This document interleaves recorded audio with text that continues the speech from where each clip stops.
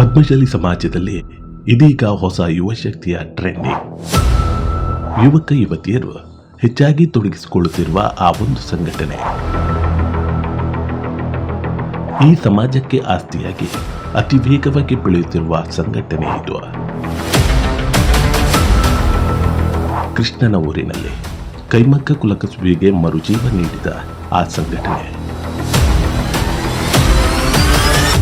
ಸದಾ ಸುದ್ದಿಯಲ್ಲಿದ್ದು ಇಡೀ ಪದ್ಮಶಾಲಿ ಸಮಾಜವನ್ನು ಒಗ್ಗೂಡಿಸಿ ಮುನ್ನಡೆಯುವೆವು ಎಂಬ ಛಲತೊಟ್ಟು ವಿಘ್ನ ಸಂತೋಷಿಗಳ ನಿದ್ದೆ ಕೆಡಿಸುತ್ತಿರುವ ಆ ಸಂಘಟನೆ ಮತ್ಯಾವುದೂ ಅಲ್ಲ, ಪದ್ಮಶಾಲಿ ನೇಕಾರ ಪ್ರತಿಷ್ಠಾನ.